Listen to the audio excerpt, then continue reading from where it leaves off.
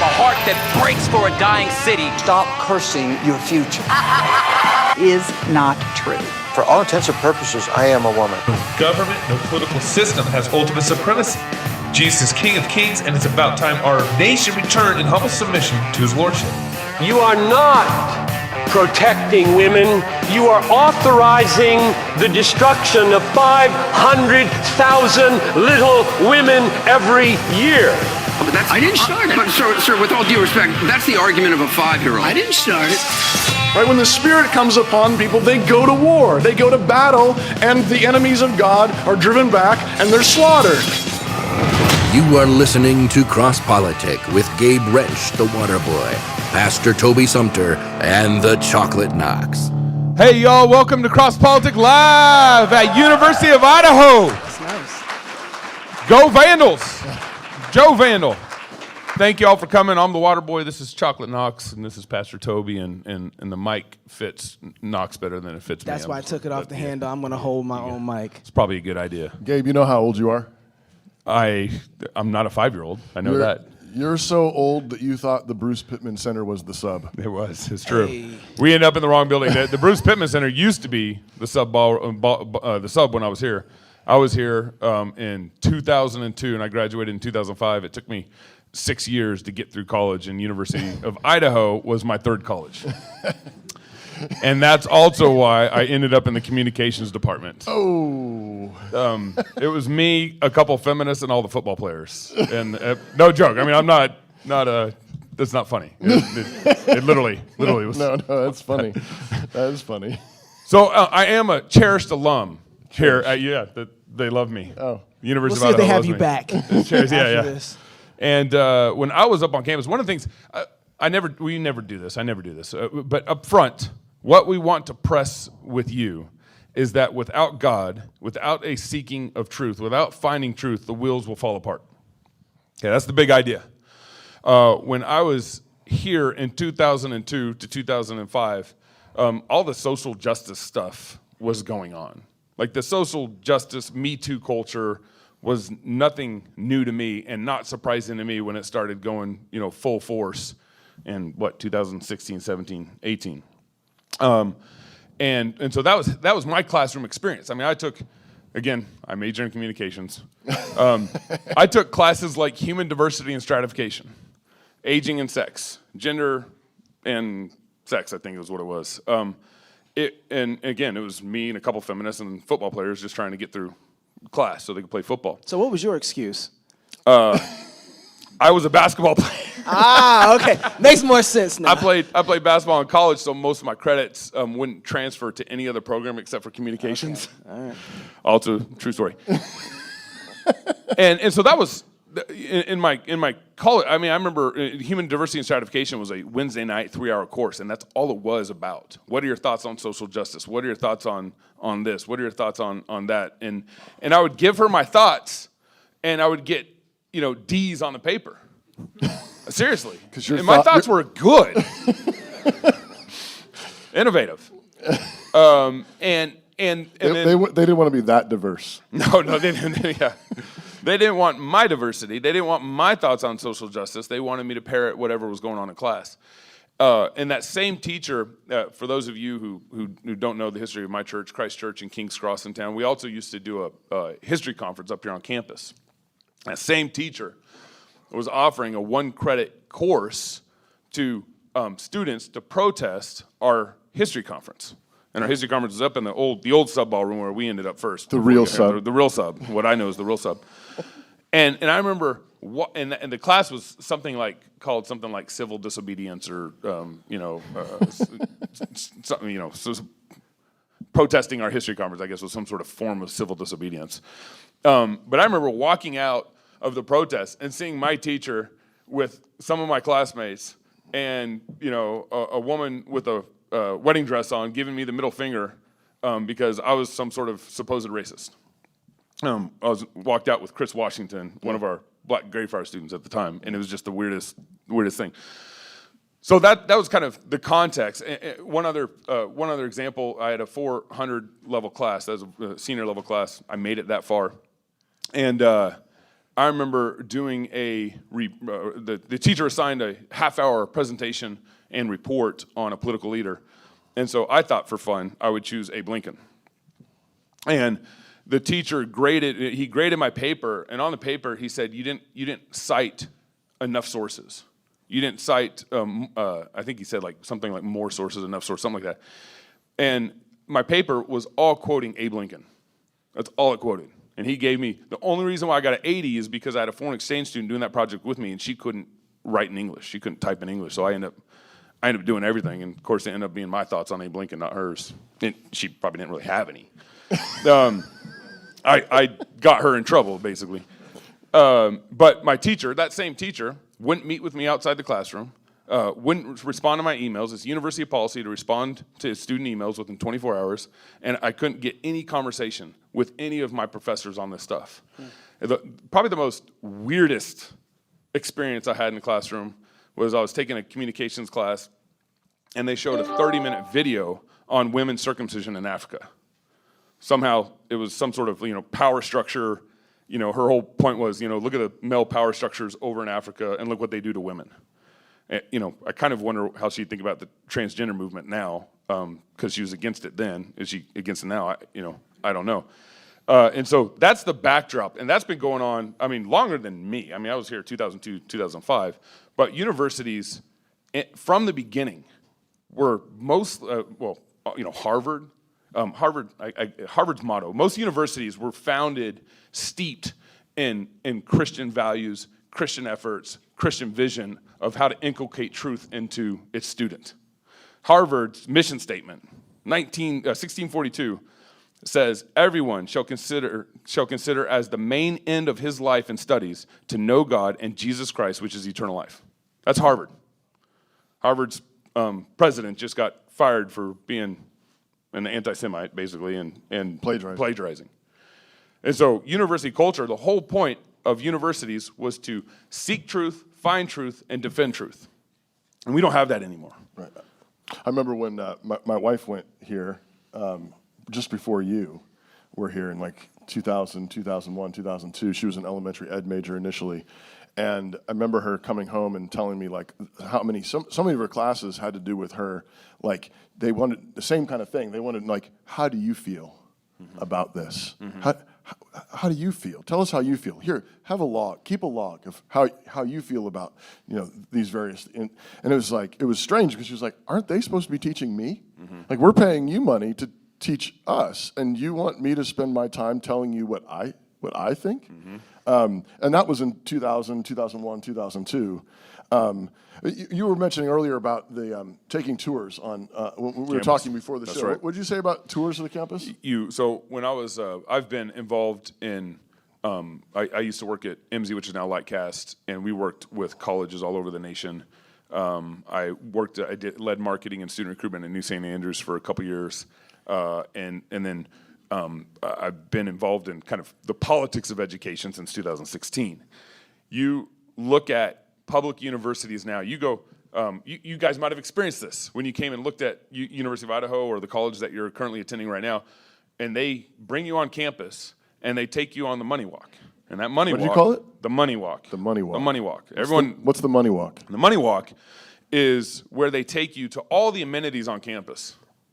They take you to, LSU has a lazy river, $50 million lazy river shaped in the letters LSU. Seriously. There's universities that have ski hills that you can ski right on the campus from the hill. You have 5-star restaurants, trains that go around campus. Just Google this stuff. But what they do is they sell you on the amenities, and they take you, the money walk is taking you to all the cool amenities, the rock climbing wall, the basketball gym, stuff like that, but they never take you into the classroom. You never, unless you ask, maybe they might let you go see one teacher, but they will not put you in the classroom on that money walk, because either they're embarrassed of what's going on in that classroom, because maybe you have some sort of assistant teacher in there, or because they actually know what's going on in that classroom, and they don't want you to see it. They want you to sign the dotted line, get into class, and then they can re-educate you. And that's the money walk. And so a lot of parents who remember their college days from 60s and 70s when Christ was allowed on campus and when the fraternities, which were also fraternities and sororities, were started by Christians, very Christian organization. One of the first fraternities to ever start was a Lutheran fraternity started by a pastor in Illinois because he's responsible for the spiritual health of his students. So the fraternities and sororities were started as Christians, but they won't. They'll take you down that money walk and they'll take you right to where you want to go because they want you here on campus. And that's why right now, college campus, it's a race to the amenities. It's not a race to the truth. It's not a race to the classroom. It's a race to who can have the biggest amenities here on campus, and that's why U of I gets a new basketball stadium when they already had a basketball gym. But it's actually worse than that. It's not only do they not care about truth, but it seems like we've also got to the point where university culture is actually antagonistic to truth. That's right. Just a couple of years ago here on University of Idaho campus, there were 3 Christian law students. This is 2022. Yeah, 2022. Yeah, a year and a half ago. There was an event where a racial slur of some sort was left on a whiteboard or something in some classroom, and so there was this coming together event that the student body was invited to come to just show solidarity, and we're against that kind of hate. And the Christian Legal Society chapter had a table at the event. Well, in the middle of the event, somebody comes up and asks them what their view of human sexuality is and marriage is, and these Christian law students just answer the question. Well, we believe God created us in His image, male and female, marriage between one man and one woman, just basic Genesis stuff. And a couple of days later, they get this. What do you call it? A no contact order against them. With that student who came to them and asked the question. With the student that had asked them questions. And they didn't have an opportunity to answer their accuser, didn't have an opportunity to defend themselves, so they don't have any recourse but to sue the university. But it's that's how do we get to a place there where you're asked a question about what you believe and what you believe is true, and you might get a no contact order brought against you, or a lawsuit, because of what you believe is true. I mean, it's not just that truth is nobody's interested in truth. We'd rather have the lazy river or the ski slope, but we actually hate it. Anymore, the more you speak the truth, the more you act. I don't know. How you all feel, but it's not. It's been challenging for Christians to exist in university culture. For a number of decades now, but increasingly so. When the professor is giving you the lecture on Darwinian evolution, on the Big Bang, on how old the universe is, or sexuality, or whatever. How many Christians stand up or raise their hand and actually say, well, have you considered creationism?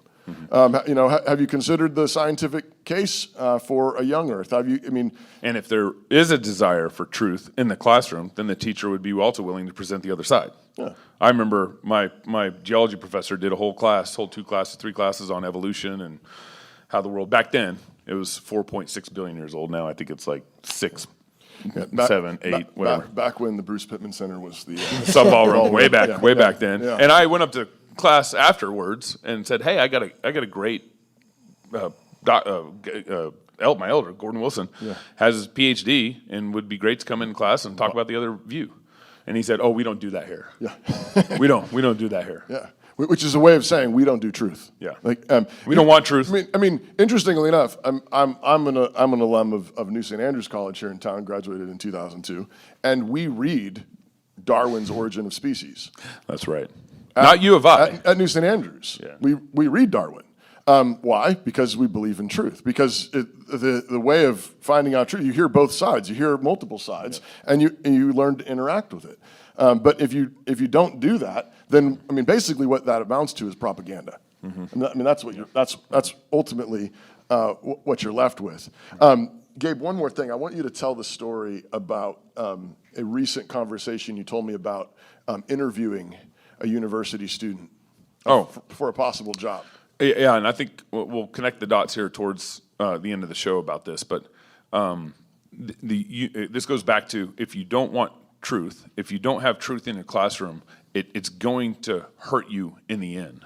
If you don't fight for it, it's going to hurt you in the end. It's not just dumb. Yeah.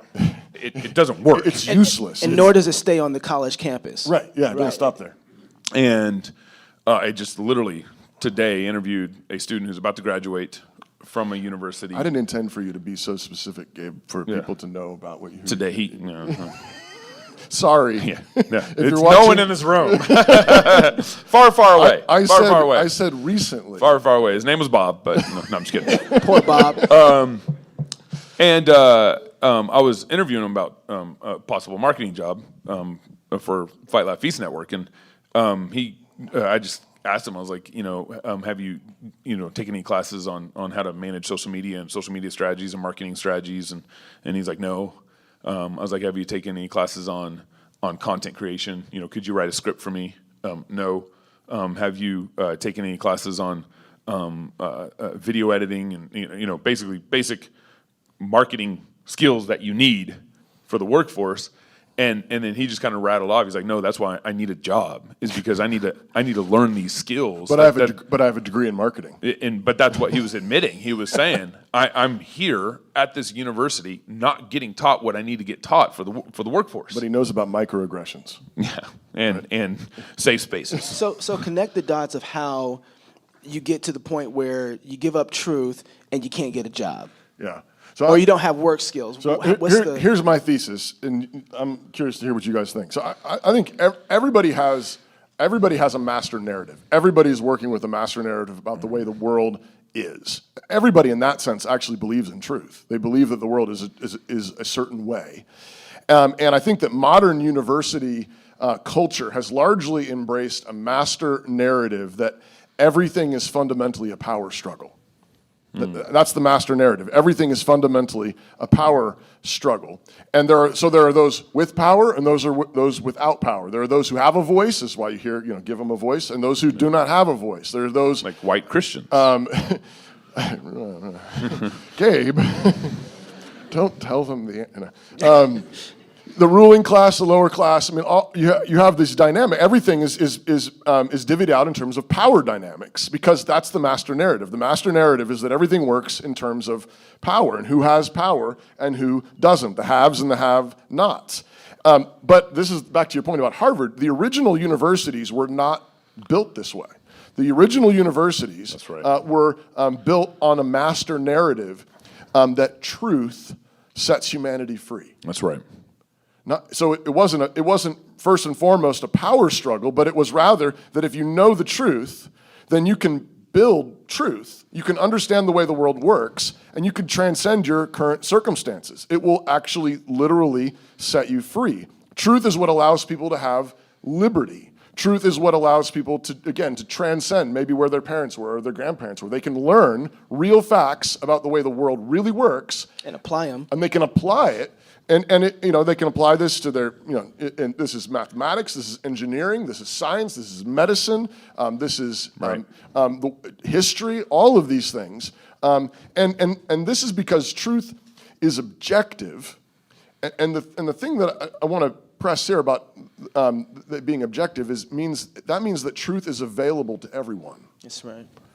Truth is available to everyone. Truth is not something that is only available to one class of people. Truth is not something that's only available to one nationality or one sex. There's a term for this. It's standpoint epistemology, where it's only available to you to you. Yeah, that's right. Right. But I think if power is the fundamental reality, then it is necessarily limited to those who have it. And then if they've got it, then you don't, and you need to, and therefore you're being oppressed. Mm-hmm. And this is why everything comes back to then, if you're going to make it in the world, then you need to point out how you're being oppressed. You need to point out how someone else is taking advantage of you, or using you, or not giving you an opportunity. But that becomes the focus of a university. That becomes the focus of an education, because that's the way the world works. If that's the way the world works, then you need classes on where all those microaggressions and oppressions are happening, because that's how the world works. But and you need the cultural safe spaces on campus for the feminists, in order to do that. For the Black Lives Matter student groups on campus. And the last thing here, just real quick, and then I want to hear what you guys thing because I'm just a preacher and that's what I do. That's what you do. I just preach. That's what I do. Preach. But if I think the other thing that's related to all this is that I think materialism is one of the other major factors at work here. If Darwin is right, if materialism is true, if everything is ultimately fundamentally material matter, physical stuff, then that means that everything comes down to our physical circumstances, our material circumstances. That's all you have, your physical material opportunities, whether it's your skin color, whether it's your national origin, your sex, your IQ, whatever. And the thing about that means, what that means is that you're not then fundamentally responsible for you. You're a victim of your circumstances. You got the genes you got. You got the pigment in your skin you got the shape of your nose that you got the sex that you got, whatever. And even that's being challenged. Right, I know, we're trying, which means that we're not actually fundamentally responsible and it's someone else's fault. You see, if everything is a power struggle, then you're a victim. If everything is a power struggle, whatever successes you don't have is someone else's fault. Everything then really is a microaggression and depression. And what truth does is it inherently makes you have to be responsible. Right. It makes everybody have to be responsible. And so I think there's two master narratives here, at least at work. And I know it's not clear cut, and I know there can be overlap, but I think there's a dominant narrative that has overtaken university campuses, which says that fundamentally it's a power struggle, and that's therefore what we need to focus on in our classes. As opposed to recognizing that fundamentally truth is what sets people free. Truth is what enables people to flourish. But if it's a power struggle, then you really have to shut up whoever's getting in your way. You really do have to get a restraining order.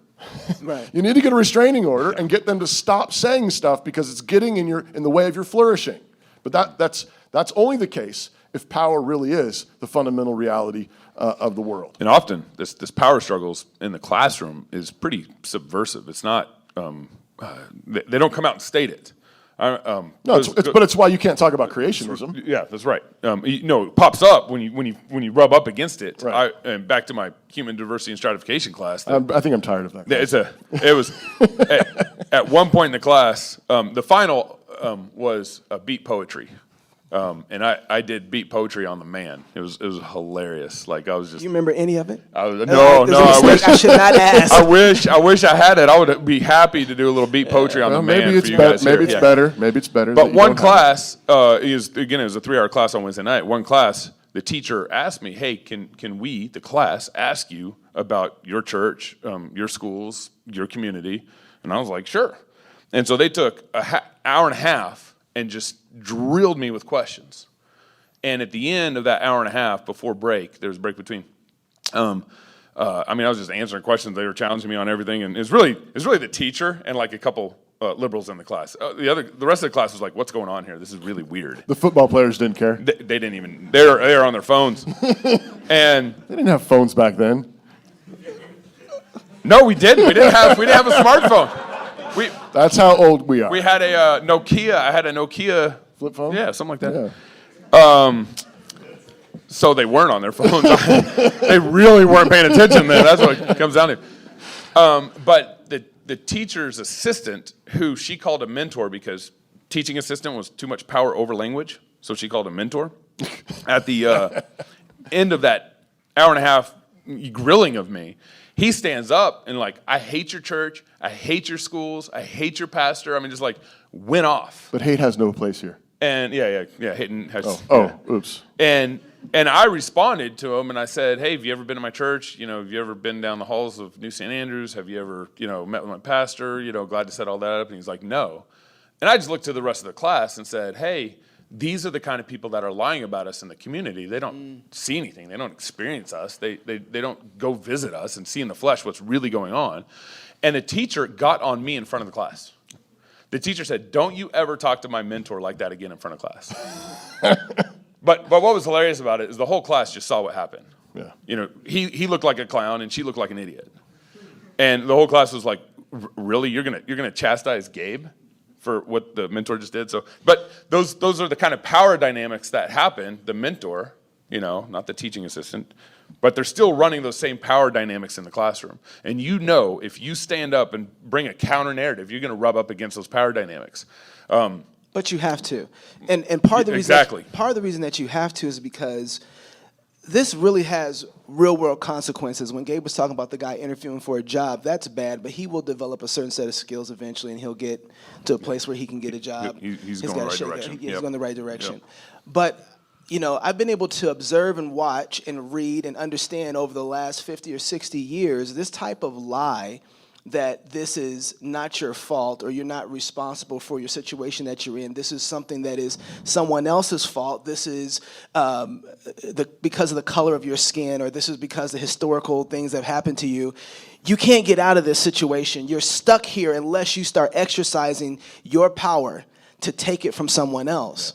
And I've watched that take a group of people, particularly black people in America, who were thriving up until about the 50s, thriving, doing really good. We were creating a whole new economic stream in America, began to buy in the 50s this lie that it's someone else's fault. But didn't MLK say he was still not free? Yeah, and that's one of the things. And he was one of the main leaders of this narrative. If you go back and you watch MLK talk to people who are not applying themselves as they should because they're buying a lie, you'll see that, hey, I'm gonna go talk to the president and make sure he understands that you need some food stamps or you need some assistance. I'm gonna go talk. You shouldn't be treated like this. That's right. And instead of saying nobody likes this, but I'm sorry, Malcolm X had a way better understanding of this. He's like, we don't have to ask anybody for permission That's right. to be able to go to work.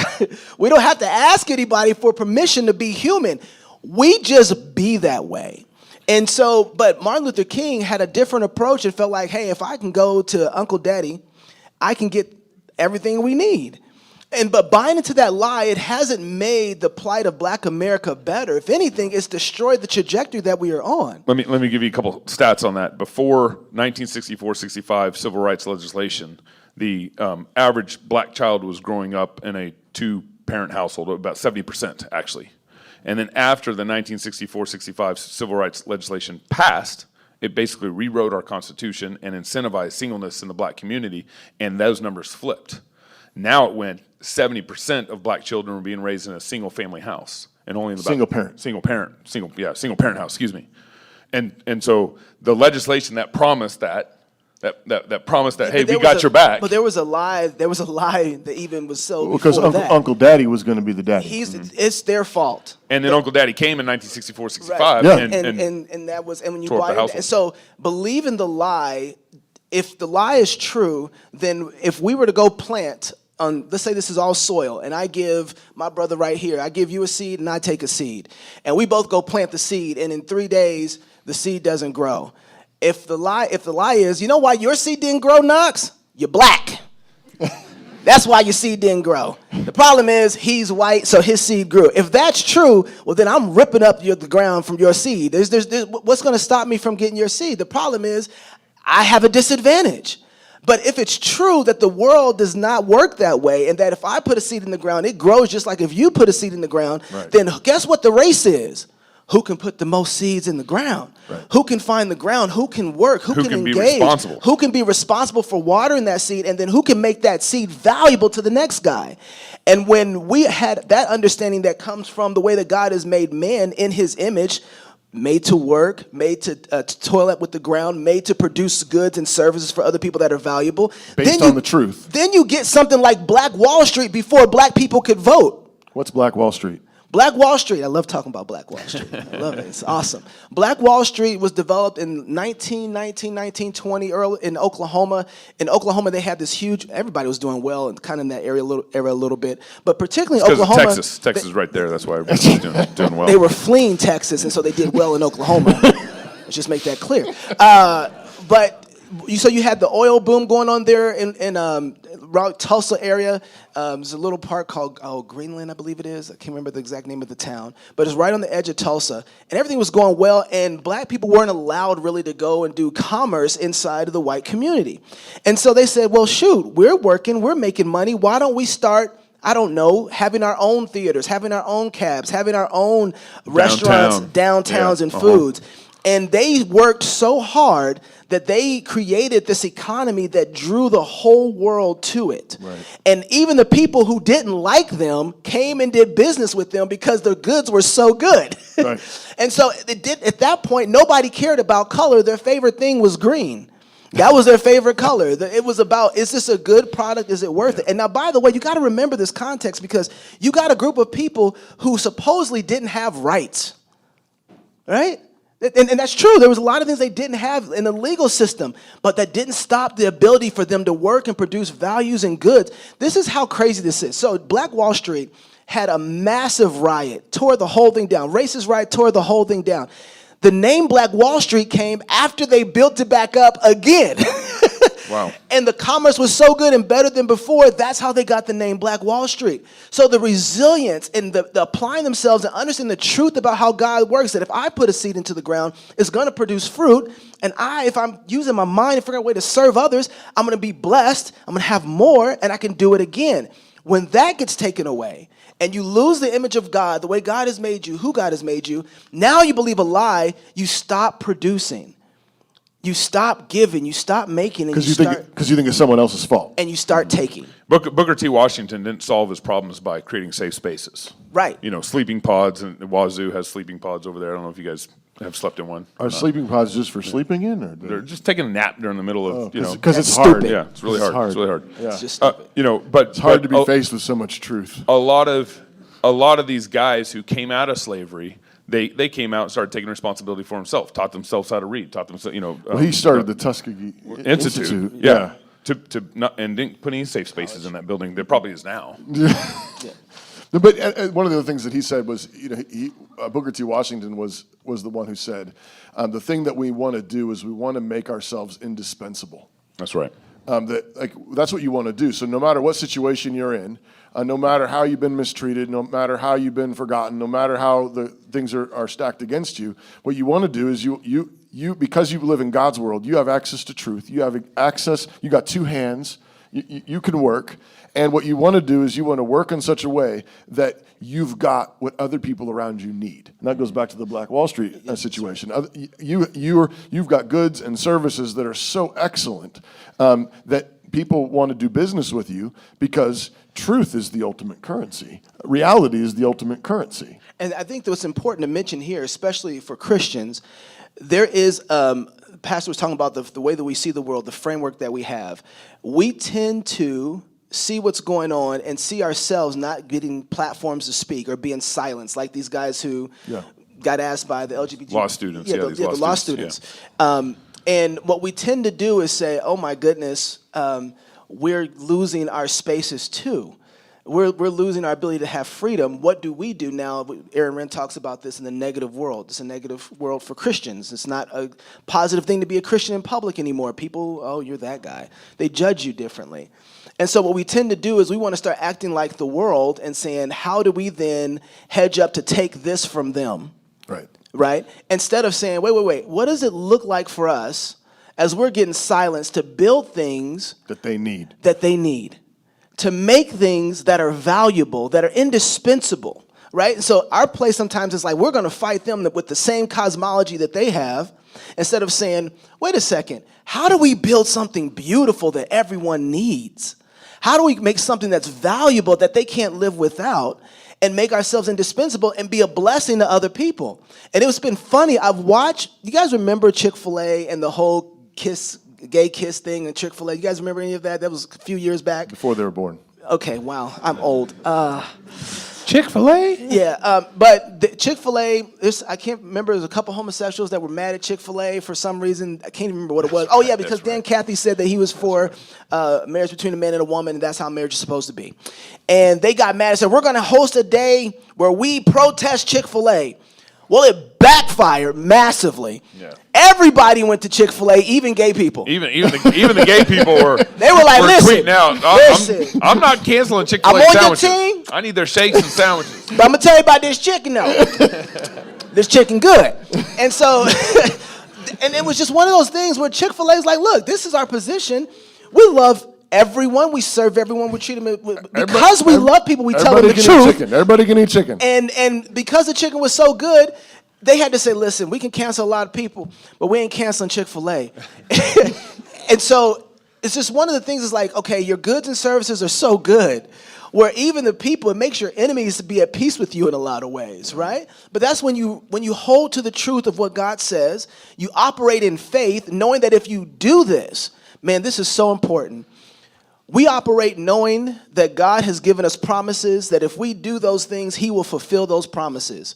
And we do that knowing that the road ahead almost looks impossible. How are we going to get out of Egypt? We don't have no army. Well, have faith and trust in God, and I'll get you out of Egypt. I'm going to make him send you out with gifts and with money and with wealth, and I'm going to kill him in a river. It's going to be amazing. We're like, really? Yes. Have faith. Trust the Lord, and he will do what he says he's going to do if we believe his promises and have faith. And having faith means operating knowing that those promises are secure. So when we don't see how are we going to make it, we're saying, well, God said that his word would not return to him void. So then we use his word and we apply it. So are you saying that prejudice and bigotry don't matter? No, I'm saying that, of course, they matter, and God's going to judge those things. But prejudice and bigotry doesn't stop anyone from succeeding. You see, they didn't stop. Everybody acts like, and this is so, I feel bad for my conservative friends. I love you guys. I'm conservative. I get it. But everybody's like, oh my goodness, the election was stolen from us.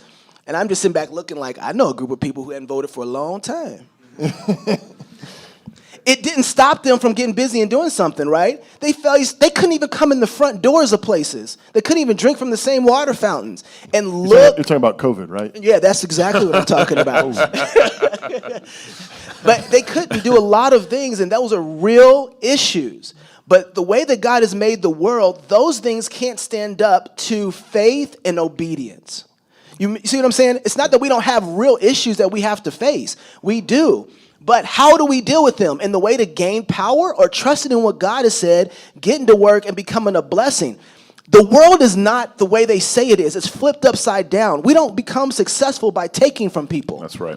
We become successful by giving up our lives for people like Christ did. Mm-hmm. And when we do that and we serve people, the people who get to the top are the ones that are at the bottom. How do I love my neighbor? You know what Chick-fil-A did that was so amazing? They told everybody who came to Chick-fil-A that was gay, they were going to give them free food. They were going to serve them. Do we disagree with you? Dan Cathy didn't change his position. Nope, marriage still between a man and woman. Ain't changing that. That's it. I want you to know Jesus so much. I'm going to give you a free chicken sandwich. Do you know they showed up? And they had people who were there to evangelize and minister and listen. And you know it's really good to listen to somebody when you're eating a Chick-fil-A sandwich. Like, keep talking. When That's you can give them a piece of Chick-fil-A sandwich, like, listen, okay, I mean, that's a good point. You got another one of them Chick-fil-A's? Yeah. So, but it was wisdom. What we have to deal with, is there real oppression? Yes, there is. Is there real violence? Is there real racism? Yes, there is. But just a point of personal reference here, I've had to deal with these things. And I worked for 2 years with a guy who was as racist as you can possibly be. And was clear and I loved him because he was clear to me that he was. He told me exactly how racist he was. I mean, black people can't work, they lazy. I don't even know why they got big lips. I mean, he was pretty clear. He was pretty clear. And but I had grown up with a godly mother and a godly father who wasn't afraid of the world and believed that the gospel of Jesus Christ. And so I'm like, oh my goodness, he doesn't even know who he's messing with. And they hired me. And before I stopped working there, that man was coming to pick me up every day for work. Huh. He's like, man, I enjoy being with you. I've not met anybody like you. And he's like, you've changed my whole perspective. And I'm nothing special. Y'all can see that. My wife thinks so. But it wasn't the way that I believe the gospel has the ability to change a man's hearts. And his attitude towards me didn't take a priority over what I believed about the gospel. Right. Yeah. And that's because, again, the truth is what matters. That's right. The truth about the gospel, the truth about the way the world works, the truth about real goods and services, the truth about honesty, the truth about integrity, the truth about hard work. That is really how the world works. And it's not, I mean, I think sometimes we think of this in really, really sort of vague ways, but Jesus said, you will know the truth and the truth will set you free. And that's not just him giving some kind of pious platitude. He's actually saying, like, this is how the world works. This is how the world works. It actually works on truth. It's built on the truth of God's word, the truth of his created world, and the truth that runs the world. That really is the way of freedom. It really is the way of flourishing, human flourishing. And to your point, yeah, does prejudice, does that slow some of that down? Sure. Does it make it more difficult? Sure. But it doesn't actually stand a chance against truth. I'm just thinking a couple things. First of all, make sure you get some questions in here. I think you text the line on here. Text the phone number. Text the phone number. Who's got the computer? And he'll be setting up here in a minute. Okay. And but just thinking about like university culture and how everything is structured and set up to not only kind of not care about truth, but it to lull you asleep. Yes. You could be on college campus and for 4 years and then come out of college campus and never wash your clothes, never cook food, never pay electric bill because you're on campus. If you do that, you nasty. I'm just going to tell you right now. No, the university will wash your clothes. Do they really? You have university services that'll wash your clothes. People who don't wash their You go to Chick-fil-A here in the Commons. You can be on campus and not have any responsibility, learn any real world, how to pay my bill kind of tasks, and then you can go to the classroom where you can't challenge your professor, you can't speak out in class, So the university culture, it's all structured to kind of incentivize this apathy that you just need to take what you're given and run with it. That's why truth. To Toby's point here, truth is necessary for the flourishing of society. But when you're drinking the Kool-Aid of university culture and not being a thinking Christian on campus, that's dangerous. I'm not going to mention any names, but one of my buddies is over at Wazoo, and he got a homework assignment to go write a paper about his favorite safe space. And so he had to write a paper about his favorite safe space. And my first thought to my head was, well, you should have wrote a paper about church. This is my safe space. I go and I repent of my sins every Sunday. I'm safe in Jesus. I go and I take communion with the brothers. That's my safe space. Do you think he would have gotten a good grade on that? No. But you have to play the game or you're going to lose. So if one of the things I think you guys, especially college students here, need to learn to do is figure out with your gifts and your abilities how to interact in the classroom. Don't sit there. Don't just sit there. Because what you're learning is a passive relationship between the truth of God's word and the power structures in our society. And that's not training grounds. And that by itself actually is capitulating, because the thing is that you're thinking the teacher's in charge, the university's in charge, and they have the power over my grades. And so I need to keep my mouth shut, keep my head down, and don't speak up because they are in charge, because they have the power. Mm-hmm. What have you done? You've just capitulated to the narrative. You're saying the way the world works is those who are in power have the power, and I can't do anything unless I have power. And since I don't have power, I'm just going to sit here on my chair, because if I speak up, I'm in trouble, and there's nothing I can do. Now, if you speak up, it's probably going to be fireworks. Mm-hmm. There's going to be challenges and difficulties, but the question is does truth matter? Does truth matter, and does truth win? Does truth win? Gabe's telling a story about his favorite class from college earlier, where he's peppered with questions, and he sits there and answers for an hour and a half, then gets yelled at by somebody who says he hates him, and then his teacher reprimands Gabe. Rebukes me. But what happened? At least in that moment, there was a whole bunch of people in that class, at least a bunch of football players, who said, what in the world's going on? Mm-hmm. What in the world's going on? In that moment, there was a flash of truth. Who knows what God did with that? Yeah. But that truth flashed there right in front of their eyes, and they said, whoa, wait a second. The teacher is the one doing the oppressing You know, the one that's always calling out all the, like, what is happening here? And there's the hate. What's going on? But that's the thing is if you believe, back to what Knox's point was a minute ago, if you believe that God is in heaven and that his word is true fundamentally, then when you speak up and you tell the truth or you question the narrative with the truth, God sees it and God blesses it. God sees it and God blesses it. That's huge.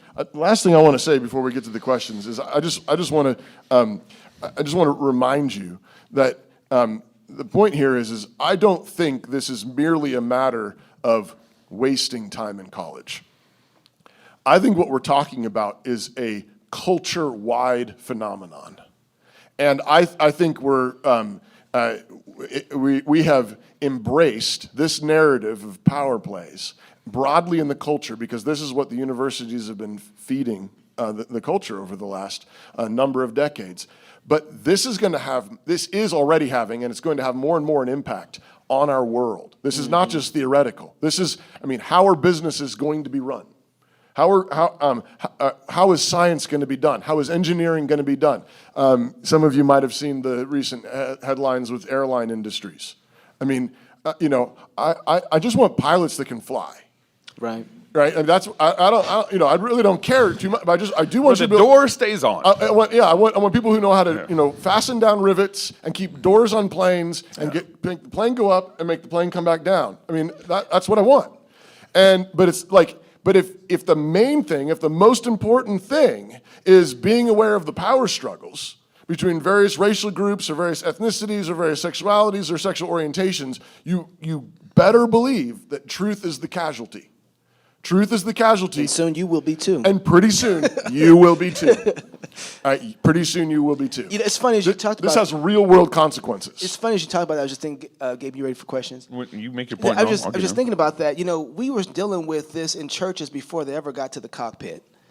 Yeah. You had Matt Chandler talking about he'd rather have a black 7 than a white 8. But you have to explain the whole thing. That doesn't make sense to anybody. So Matt Chandler, I know. I just like saying things. And I know. Google it. Go Google it. Matt Chandler is a Reformed pastor, I believe, is in Texas. Yep. And they're doing a lot of church planting, and they basically went woke and started buying the whole narrative. That you have to have like a certain number of black elders and white elders and Hispanic elders or whatever. And they hired a firm, a consulting firm, to help them identify elders in their church. Right. And so they said, with like DEI stuff in mind. And so the firm comes back and says, listen, man, you got these qualified guys over here, but they're not black. And so what do you want us to do, and how do you want to select what's going on here? We got some black guys, and they're good, but they're not as good as these other guys over here. And since it's so messed up that we even have to categorize it like that, so that's how messed up it is. But he's like... Didn't Paul just say, be a husband and one wife? Don't get drunk. Would you rather have, He rated them. They're like the qualities. The qualities between... He's like, all right, what do I have here? Is a black 7 or a white 8? Or he's like, what is it? He's like, I'd rather have a black 7 than a white 8. And that's how he's rating spiritual leadership. And I'm thinking, as a person who is... And so if Knox is the elder at his church, what is he to Matt Chandler? Well, no. He doesn't know. Forget being an elder. He doesn't know. Do you want to be a member there? You mean to tell me I could have had better pastor? But you chose one because of the color of his skin, and now I'm going to hell? Oh, no, I'm not doing that. I mean, you think about it. It's like, wait a second. As a person who has situations... Listen, my divorce ain't black. My divorce is divorce. It doesn't have a color. You know what I'm saying? I need help with my soul. Your sin doesn't have a color. My sin doesn't have a color, right? It needs spiritual help. And I need the guy who knows the most and is most capable with the word of God to help me. If we're fighting against the enemy, it's like, you want a white 8 sniper or a 7 black sniper? I'll take a 6 Chinese lady. Give me the guy... We're in trouble. Give me the guy who can kill the other guy the best. That's who I want. And so, but now we've gotten all the way to the points of pilots. But we need guys in dresses. That's what we need. And that's where we go. And so not having the truth is detrimental to all of our safety. Oh man. All right, what do you got for questions? So there's a couple questions around this. I'll just start here. Do you think that STEM studies will go down the same liberal route that humanities have at secular universities? And I think they already are going down that. Yeah. I mean, look at the hospital charts. You know, this guy identifies as a woman on a hospital chart. They do that now. Right. And the nurse comes in and reads the chart, and it says woman, and she looks over, and it's a man. I mean, she knows it's a man. You know, does she treat him with estrogen, or what do you do? It's already doing it. COVID would be a great example of this, where like that. I mean, that's where this is going. That it's getting, I think right now, getting bought by big pharmaceutical companies, are being bought by millions and billions of dollars, which is why Pfizer has all the most exciting commercials during the Super Bowl. Because they're buying the networks. They aren't. Yeah. They aren't but advertising their stuff. They're buying the networks. But that's the beginning of it. The other piece is more anecdotal. The Smithsonian had some kind of display, or it was a PDF. It was a PDF that was report on signs of white supremacy. If I got it. And this is Smithsonian, and signs of white supremacy are emphasis of basic mathematics, Protestant work ethic, showing up on time, showing up on time, Protestant work ethic, emphasis on family, marriage. Mm-hmm. These are all signs of white supremacy. And apparently, the black community doesn't have that. Right. Yeah, Right. That was. It's funny it's funny how racist you really become. Right. When you give up truth. It's amazing how fast you get real racist, and you're like, I don't think that's it. I found out Knox was a white supremacist. I'm the head of white supremacy, the true first face of white supremacy. Yeah. Yes. Knox lost his black card when he started CrossPolitic with us. Oh no, I lost it way before. Way before that. Before that. I think to that question though, I think there are some in some respects. I mean, because God made the world a certain way, and gravity exists. Like there's certain aspects of the STEM departments it's not as easy to rip away from reality, because like at the end of the day, is the suspension bridge going to stand up or not? All right, but I think it is absolutely eroding. Back to my airplane example. I mean, why? I mean, that's where this is going.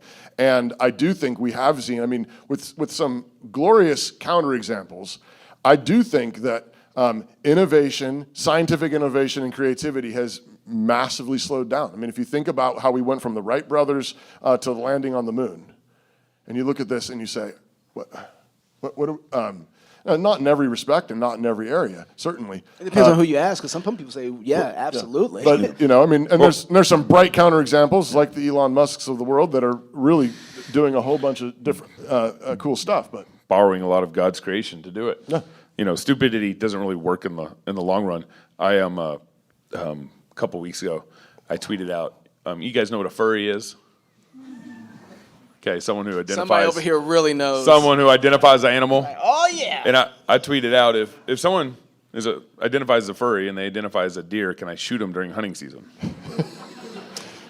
Riddle me that. Next question here. Everybody took it really well. Yeah. It was great. Got a lot of feedback on Twitter. How do we get a professional scientific education to become a doctor, for example, outside a public university? One thing Christians can I answer this one? Yeah, go. Okay. When Gabe was talking earlier about you got to take a stand. First of all, Gabe graduated, so that should tell you you'll be okay. Okay, so that's evidence number I never one. thought my graduation would be encouragement to so many people. And I just want you to think about the last 3 years in COVID. Who failed us the most? Probably a lot of our doctors. The because PhDs. Everybody told us they had all the information. And they had chains of people who gave them information all the way from the WHO to NIH, and everybody went looking for an alternative version to what we're used to getting. That's going to be the new hotness. Somebody who doesn't follow along with the standard. Do you know your stuff? Do you understand? And can you prove it? There are guys, okay, I love finding me a ghetto mechanic. Do y'all know what a ghetto mechanic is? He knows how to fix anything with anything. He's a guy with a cigarette in his mouth. He's just been doing it and taking things apart for years, since his little Legos and cars, and he just knows, here's what you got to do, son. You got to put this right here, put that right there. I'll put it all together for you. I'll be back in 15 minutes. How much is it going to cost? Oh, I don't know, about $30.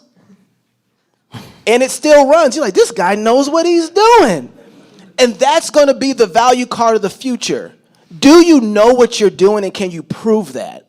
And so the information so I'm not saying don't go to college and get your medical degree and stuff like that. I'm saying it's good to do, but it's not the only way. There's alternative ways to do this. And the way that medicine is going, the embargo from Big Pharma is going to break. There are all sorts of alternative forms. Listen, Ben Greenfield's another guy too, and guys like that. There are all sorts of forms of industry that are alternative medicine that people are waking up to that we want and need because we don't trust the institutions anymore. And so if you keep going down the institutional way, there would be a point where people are like, yeah, I don't know if I can trust you because I don't know if you did the research. Good doctors who I love have been loathed to sleep in the institution that they couldn't think during COVID. Mm-hmm. They couldn't think well at all, and they're telling people to do all sorts of stuff they need to be doing. And they know masks don't work. Well, the CDC told us, and they couldn't think. You not only will be more attractive, but you will also be saving people's lives, not holding to that narrative. And people will trust you. You ever go to Amazon? I'm just telling you how the world's changed. You go to Amazon, do any of those people who give you reviews have a specialist by the name? Special reviewer of water bottles. How many times have you read them like they do, though? You read an Amazon review and you're like, man, sounds like this guy loved it. Oh, this guy loved it too. Oh, wow, everybody seems to really like this, right? AI right now is gathering the comments from reviews and saying, it seems to be this is what people love about this product. And you just take it, right? Because the currency is going to be trust. Can you prove that you can do what you can do, and do you know what you're talking about? Related to this, I would say, and this is happening in a lot of industries, but I think it's happening in medicine in particular, where I think people who care about the truth are finding each other. That's right. And so there are these sort of, I don't know what you want to call it, these networks that enclaves. Are forming. Enclaves. I don't know, probably on Signal or something. And people are finding each other. They're realizing, okay, there's people who are just doing whatever they're told mindlessly. And then there are people who are thinking, and they're working together, and they're finding one another. And I think there are pockets of thoughtful people who believe in truth and are willing to just say, wherever the truth takes us, that's what we're doing. And those people are finding each other, and they're finding each other in probably in certain medical schools and in certain departments of medical schools. Yep. And I think there's going to have to be quite a bit of creativity there. So I think there's probably room for the straight ghetto doctor, although I'm not sure I want that guy working on my heart. Someone asked the question, would you trust a ghetto mechanic on a knee replacement? Yeah, so right now there's actually a doctor out in Oklahoma who's doing surgeries on knees and shoulders. He's bringing up Oklahoma.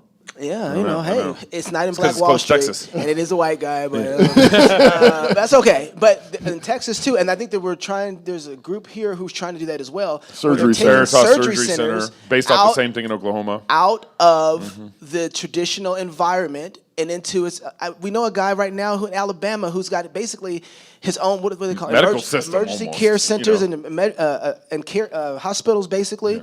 That are privately owned, and because he has everything in one building, he's able to do everything immediately. Mm-hmm. Get your lab work, get your x-rays, get whatever you need in the same day to be able to serve you. And he had major higher-ups in Facebook and Google flying I just want you to family members out there to get help in COVID. The ghetto mechanic has to prove himself more than anybody else, because if his stuff don't work, everybody know about it. Yep. Right? Hey man, he get that ghetto 1-star review. Yeah, but everybody knows. But if his stuff work, his lot will be full. Yeah. And that's the one thing too. They'll fix it if it don't work. Right? Not that you want to hear that. I'm just saying. But let's act like that's but the point is, I think we're using the term ghetto mechanic, but what we're trying to get at is building your own infrastructure, being anti-fragile, and growing in an industry in a way where you're going to be get high demand over time, where you aren't participating in a crazy medical industrial complex. When you go to the restaurant and there's nobody in there, you're like in a new town and you're like, what's wrong with this restaurant? Mm-hmm. But you see this little hole in the wall and it's like jam-packed, and you think, this is where we need to go. Pull over. So where do we draw the line when it comes to education when it has no foundation of truth? is it really worth it to go to college with that secular cosmology? No. Pastor. Yeah, I mean, everything's going to depend on a number of details, but I would say It's so nuanced. That's good. We're at the place though that there should. I mean, I think if there was a time in which it just sort of was like the default was go to college, that would be good for you. I don't think we should have that default anymore. I think our what we should be interested in is learning and truth, and then we need to find out where we can get it. And I think sometimes you can get that still by being very selective of which courses you take and all the rest of it in the program you're in a secular university. But I think your default needs to be basically, I've got to be very, very careful and very, very selective. The other thing to remember is because of the state of things, our friend Andrew Krapyshutz, who is the CEO of Red Balloon, a local job posting website, redballoon.work. Shout out. Redballoon. They didn't even pay for that. Yeah, that was a free one. But his company has done a couple of recent surveys, and That's right. And it came back at where like just surveying employers who are hiring people, and a college degree is basically not any leg up anymore. And some of that's because industries are changing so fast, but some of that's also because you got guys like the graduate that Gabe interviewed recently who got a degree and the degree doesn't actually match his skills. And so there are a bunch of employers are saying basically that doesn't tell me what I need to know. It doesn't help. It doesn't. I look at that and wasn't there some percentage of them where they were even like.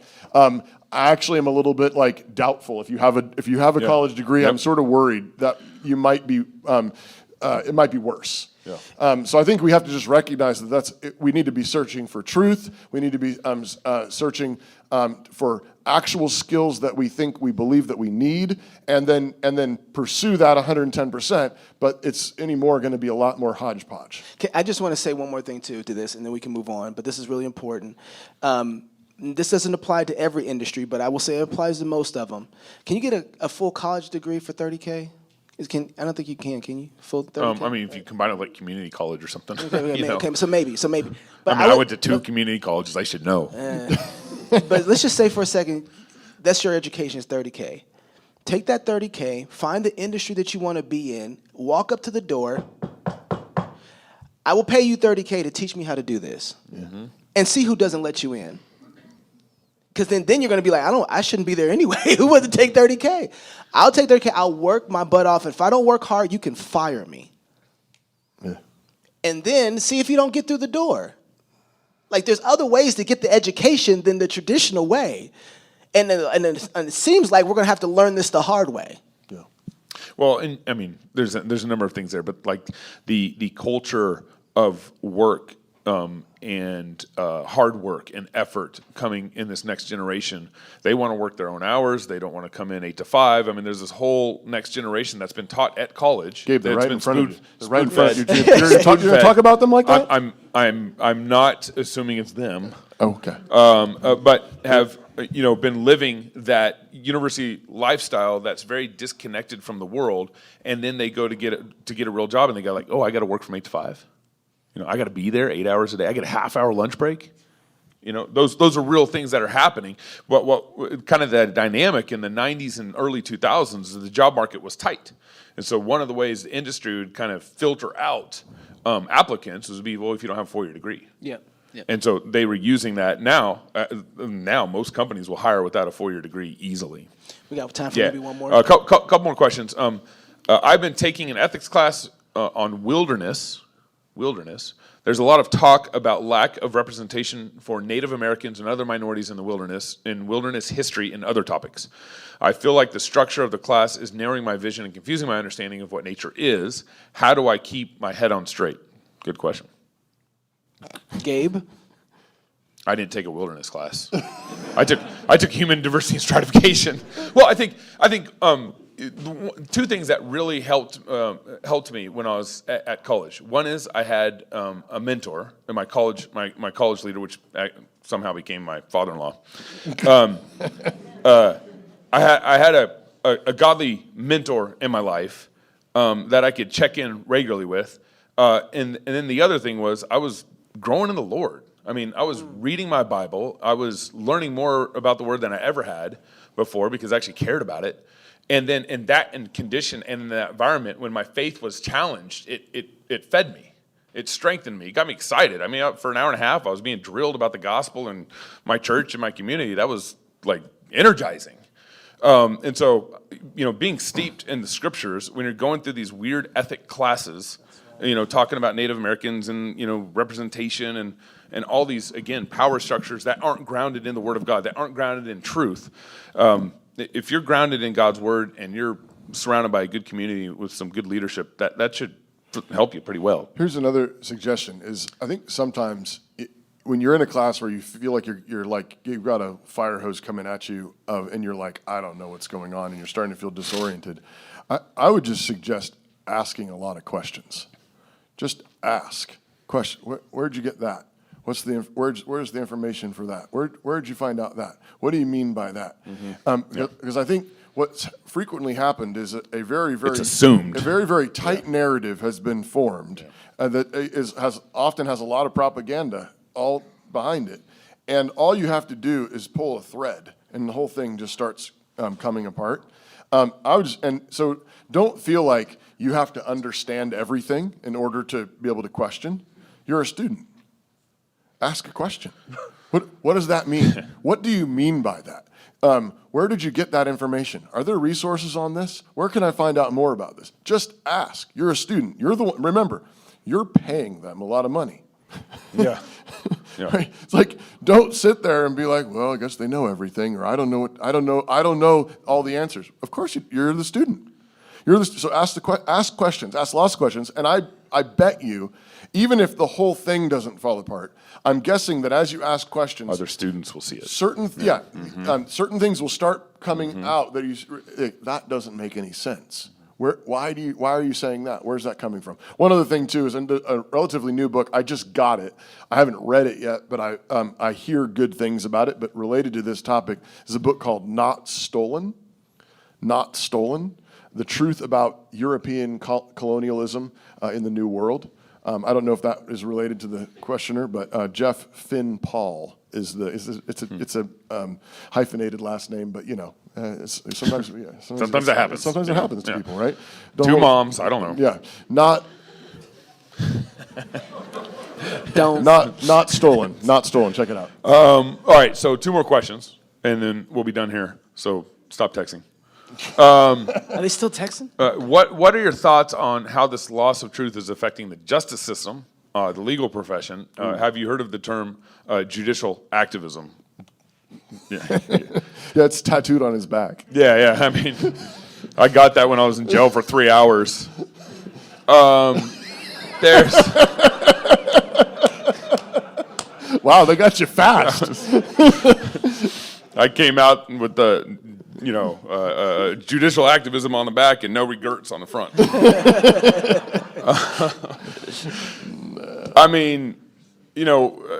There's so much here. I mean, judicial activism.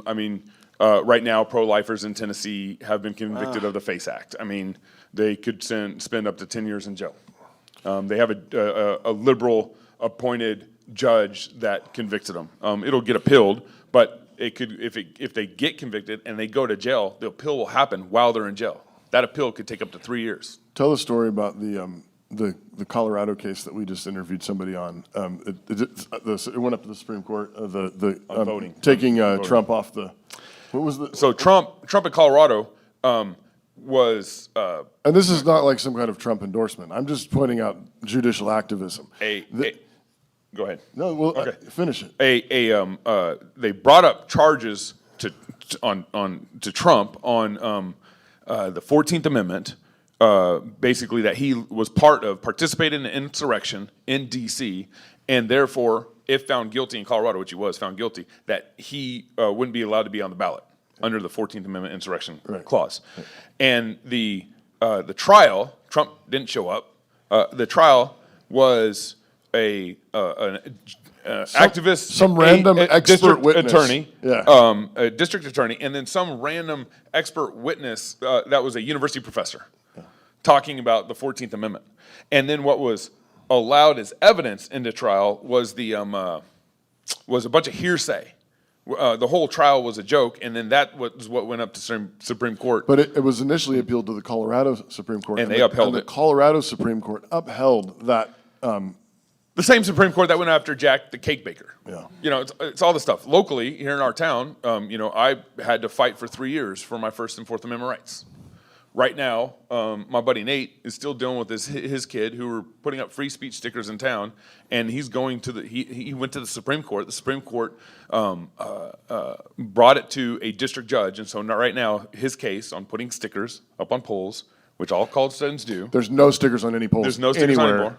In town here. Is right now before a liberal district judge appointed by Clinton or Obama, one of those guys. One of the worst district judges. I end up winning my case. I had crazy enough, a conservative judge out of California appointed in my case here. It was crazy. So yeah, judicial activism, we got a massive problem in our judicial system. I mean, here in Idaho, again, we had a guy go to jail here in Idaho and then request for a sex change surgery in prison here in Idaho, and that same federal judge that's overseeing Nate's trial, that same federal judge awarded him $50,000 from the state to be able to get sex reassignment surgery. But when you have judges for the last 50, 60 years overseeing abortion in our land, we got blood all over our Supreme Court. We got blood all over our district judges. We got blood all over our states on this issue. Right. But I want to go back to what we've been talking about through this whole show, which is that's not just, and we ought to exercise our constitutional rights as much as we possibly can. And at the same time, don't fall into the trap of thinking that that's where all the action is, because they have the power and they're oppressing us. Right. Remember, the truth is what matters most. Now I know for some people it's like you say, well, I can't build anything because I'm in prison or I'm getting arrested or whatever, right? And that's hard, harsh, and wicked. But I think for the rest of us, we ought to be saying, but the truth wins. Mm-hmm. The truth wins because this is God's world. And even though there's a bunch of judicial activists who are abusing their authority in various judicial ways, we should be thinking to ourselves, but truth is more powerful. Yeah. Hard work is more powerful. Honesty is more powerful. Build something that you can leave to your grandchildren. Create, invent, discover. This is God's world, and that's how we win. Yeah. Last question I was going to go on, but last question is, I had it. Okay, from an evangelical standpoint, isn't the U of I where strong Christian students ought to be? This goes back to Jim Wilson. If you're a fighter, yeah. If you're a fighter, absolutely. If you're ready to be, if you're ready for guerrilla warfare, if you're ready to go in and fight, then absolutely. I think chances are good that you'll probably get kicked out before you graduate if you're fighting. That just sounds fun. But yeah, it's glorious. But you might Gabe not. made it. You might not. Yeah. Yeah. Remember, Nate Wilson got kicked out, because he, in one of his freshman classes, I'm probably botching the story, Nate, sorry, but something like he had a teacher that gave a lecture on basically why nihilism was true. That, that there's no ultimate meaning to the world, no ultimate meaning to life. It doesn't matter. And nothing really matters. And then he had to write a response paper to it. It's supposed to be like 3 pages, typed double-spaced. And so Nate, being Nate, typed one sentence that said, since nothing really matters, this paper doesn't matter. And then stapled 3 blank pages together and turned it in. And the teacher, I think in the classroom said, you do not need to take what I said to a logical conclusion. He's like, I thought we were learning truth. Mm. Yeah. And so he got failed or something like that. But to add to that, and this is why I think college ministry is important, is because Absolutely. every 4 years you have a new set of fresh students to witness to minister to. Universities are a clash. You can make big splashes on university campuses very easily. I mean, we brought in Vodi Bakum and did a talk on why gay is not the new black. It created a big splash. You can evangelistic opportunities on university campuses are in a lot of ways There's the day-to-day routine, which is difficult, and you're trying to connect with students, but there's some cultural things you can do on campus to make big splashes. And the thing is the point isn't just the splash. The point is when the light and the darkness collide. I think, part of the way that we've bought the lie, bought the narrative, is that when the collision happens and people are upset or offended or whatever, we think we must have done something wrong. That's right. That's what Christians have been trained to do, think that you've done something wrong. You're not being loving. But read the book of Acts again sometimes, sometime. I like to Sometimes. That's good. That's good. Multiple times. Yeah. I was doing a Gabeism. Yeah. Worked. I sometimes like to call the book of Acts, it's the story of, it's evangelism by riot. And it's just one collision after another, after another, after another throughout the whole book of Acts. And it culminating in a riot that gets Paul arrested, that gets Paul an all expenses paid trip to the capital of the empire. Yeah, that's right. Where it ends with him under house arrest, but it says freely preaching the gospel. Right? Beautiful. So now you've got to guard your heart and not be angry and not be bitter, and because we need to be full of the Holy Spirit. But when you're full of the Holy Spirit and you tell the truth, you need to expect the collision. You got to expect the fireworks. You got to expect that splash, and that's the moment where you think, all right, now people are going to get to see the truth. Now people are going to get to see the truth, and that's that's when you need to be thinking, and now we're winning. Think of all the massive decisions you guys are going to make, college students are going to make between the ages of 18 and 24 or 25, whatever. You're going to If it decide, takes you 10 years to graduate. Yeah, like me, 6 years. You're going to likely decide, where you're going to go to college, what kind of church member you're going to be outside the house, not living under mom and dad's roof. You're going to decide likely who you're going to marry, what job you're going to get for the next 5 years, 10 years life. What career you're going to go down. I mean, there's massive decisions happening in your life right now. And that is opens up the door for all sorts of opportunity to evangelize. So, I mean, I think, Yeah, go for great. it. Knox, you want to close out? Yeah, so thanks, Ciara, for having us. Appreciate you guys coming out to hang out with us. And listen, if you're single, get married. If you're married, have you some kids. And if you have kids, go baptize them. Until next time we're invited, love God with all your heart, soul, mind, and strength. Love your neighbor as yourself. Go fight, laugh, and feast. This is CrossPolitic. Thank you, guys. Thank you.